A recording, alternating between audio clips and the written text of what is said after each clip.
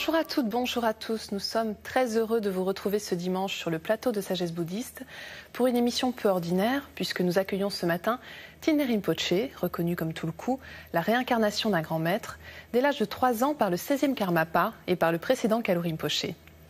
Il est l'un des seuls occidentaux de ce rang dans l'ordre Karma Kagyu, l'une des 4 lignées majeures de transmission du bouddhisme tibétain. Il a souhaité s'arrêter avec nous sur la manière dont on peut définir et comprendre le bouddhisme aujourd'hui, que ce soit dans sa philosophie comme dans sa pratique. Quelles sont alors les différentes caractéristiques spécifiques au bouddhisme? De quels a priori souffre-t-il? Quelle conduite adopter en tant que bouddhiste? C'est ce que je vous propose de voir dès à présent avec notre invité. Thine Rinpoche, bonjour. Bonjour. Et merci d'être avec nous aujourd'hui. Vous souhaitez donc nous parler du bouddhisme aujourd'hui, ce que l'on entend par bouddhisme. Oui. Pourquoi avoir voulu aborder ce terme? Est-ce que c'est parce qu'il y a justement beaucoup d'a priori sur le bouddhisme selon vous, Rinpoche? Oui, en fait, je ne sais pas si on peut dire beaucoup d'a priori, mais disons qu'en Occident, on catalogue le bouddhisme en tant que religion. Et donc tout de suite, on a une certaine idée qu'il y a un certain nombre de dogmes dans le bouddhisme qui sont des croyances fondamentales. Par exemple, on associe tout de suite l'idée de réincarnation avec le bouddhisme, etc. Mais et aussi, je crois que c'est quelque chose de culturel, que le bouddhisme, être bouddhiste en fait, cela implique de devenir tibétain ou adopter une autre culture que la culture française ou une culture occidentale. Et en fait, si on regarde bien l'enseignement bouddhique, il n'y a pas ce genre de nécessité d'adopter une autre culture. Aussi, l'enseignement bouddhique ne correspond pas tout à fait à l'a priori qu'on a par rapport à une religion. C'est-à-dire que en Occident, on a souvent fait la distinction entre religion et philosophie, c'est-à-dire que les dogmes d'une religion ne pouvaient être expliqués par la raison. Et donc, c'était en quelque sorte le domaine du cœur. Or, dans le bouddhisme, toutes les thèses bouddhiques doivent être appuyées par la raison. Et les maîtres aujourd'hui avancent même que si une des thèses bouddhiques s'avérait, réfutable, dans ce cas-là, il serait abandonné. Par exemple, la question des naissances successives, qu'il y ait une vie après la mort, etc. Justement, quelles sont les spécificités du bouddhisme? Alors peut-être qu'on peut regarder du côté de la philosophie tout d'abord. Eh bien, en termes de philosophie, évidemment, il y a de très nombreuses écoles bouddhiques, des écoles tant philosophiques que des traditions, des lignées différentes. Mais si je puis dire, le fond commun de toutes ces traditions, les thèses fondamentales du bouddhisme peuvent se réduire à 4 thèses. La première, c'est que toute chose conditionnée est impermanente. Donc c'est l'idée que en fait toutes les choses qui sont composées de causes et de conditions sont de ce fait-là, du fait d'être ainsi composées et conditionnées, par leur nature même impermanente. C'est-à-dire qu'ils vont changer indépendamment d'accidents extérieurs, de par eux-mêmes. Deuxième thèse importante, c'est que nos afflictions, c'est-à-dire par exemple l'ignorance, de même que le désir attachement, la haine, sont tous vecteurs de souffrance et de mal-être. Ainsi, si une telle affliction s'élève, par exemple si la haine s'élève en mon esprit, dès ce moment-là, j'éprouve de la souffrance, du mal-être. Et tout ce que je vais faire par conséquent, c'est-à-dire les actes verbaux et physiques de violence, auront toujours une conséquence négative pour moi et pour les personnes autour de moi. Troisième thèse, c'est que en fait l'éveil est la paix véritable. Donc ça c'est notre point peut-être un peu plus difficile à comprendre et expliquer, mais il s'agit essentiellement de notre esprit. L'éveil n'est pas un paradis, n'est pas un ailleurs, ni quelque chose que quelqu'un peut nous donner.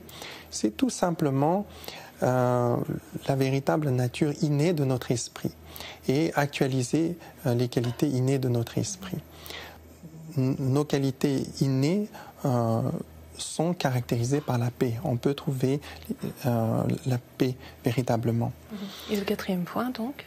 Le quatrième point est beaucoup plus philosophique en ce sens, c'est l'idée que tout phénomène, que ce soit notre esprit, ainsi que le monde qui nous entoure, sont dépourvus de soi et sont vacuité. Donc ici, par vacuité, il faut entendre que les choses n'ont pas d'existence inhérente. C'est-à-dire qu'une existence autonome.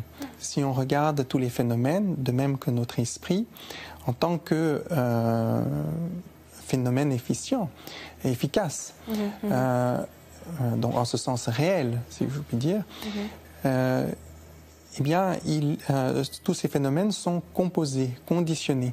Ils n'existent pas autonomement. Par exemple, mon esprit n'existe pas autonomement, ni, par exemple, la chaise, la table n'existent indépendamment de toutes ces parties. Par exemple, cet instant de conscience et d'expérience dépend de l'instant passé de conscience. Donc, de la même manière, si l'on examine aussi bien intérieurement qu'extérieurement tous les phénomènes, on ne peut trouver une existence autonome, inhérente, qui existe par soi. Donc ça veut dire que tout est interdépendant. C'est l'idée de la vacuité. Une des idées, enfin, on peut dire que interdépendance et vacuité sont synonymes. Alors venons-en maintenant à la spécificité du bouddhisme en ce qui concerne la pratique. Qu'en est-il ? Si vous regardez par exemple l'image du Bouddha, vous verrez qu'il est assis dans la posture de la méditation. Donc la méditation tient une place extrêmement importante dans le bouddhisme. Comme nous pourrions dire d'un chrétien qu'il n'est pas chrétien s'il ne prie pas, de même on pourrait dire d'un bouddhiste qu'il n'est pas bouddhiste s'il ne médite pas. La méditation tient une place fondamentale. Mais est-ce que c'est unique au bouddhisme ? Non, il y a beaucoup d'autres traditions qui pratiquent la méditation. La spécificité de la méditation bouddhique, c'est qu'elle doit être associée à la sagesse, au développement de la sagesse. Donc la sagesse est liée à cette idée de la vacuité dont nous avons parlé tout à l'heure, c'est-à-dire ne pas se méprendre, ne pas s'égarer à propos aussi bien de soi que des phénomènes. Ça, c'est un des points très importants, je pense, la spécificité de l'enseignement du Bouddha.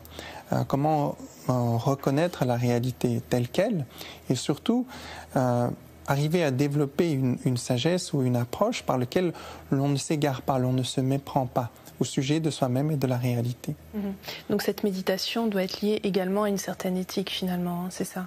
Oui, la méditation c'est essentiellement la concentration, arriver à stabiliser son esprit, arriver à maintenir l'esprit dans un état de quiétude. Et qui servira de base pour le discernement, qui comprend la réalité telle qu'elle.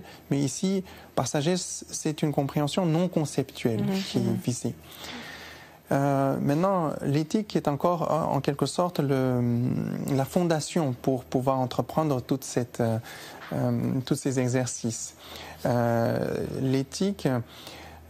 Le but de l'éthique, c'est s'éviter de souffrir davantage et de trouver un bien-être relatif. Donc, pour résumer en un mot, c'est la non-violence. Ne pas nuire et de faire de mal à d'autres êtres sensibles. Ça aussi, l'on le trouve par exemple dans d'autres religions, telles dans le jaïnisme. Mais dans le bouddhisme, cette non-violence s'étend aussi à soi-même. C'est-à-dire qu'il ne faut pas se nuire à soi-même.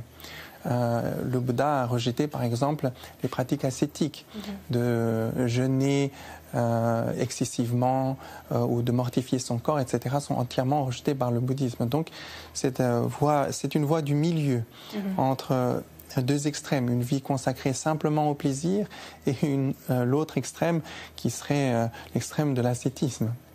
Très bien. Écoutez, je vous remercie infiniment, Thiner Rinpoché, pour tous ces éclaircissements. Je vous en prie. Merci à vous. Et si vous souhaitez approfondir ce thème, voici quelques conseils de lecture. De Jean-Pierre Schnetzler, Le bouddhisme expliqué aux Occidentaux, simple vérité pour une pratique au quotidien, chez Dervy. N'est pas bouddhiste qui veut de Dzongkar Jamyang Khyentse, publié aux éditions du Nil. Et enfin de Dzogchen Ponlop, le Bouddha rebelle sur la route de la liberté chez Belfond. C'est la fin de notre émission. Vous pouvez la revoir pendant toute une semaine sur le site internet de France 2 en consultant plus.fr. Merci à tous de votre fidélité. Nous vous retrouvons la semaine prochaine.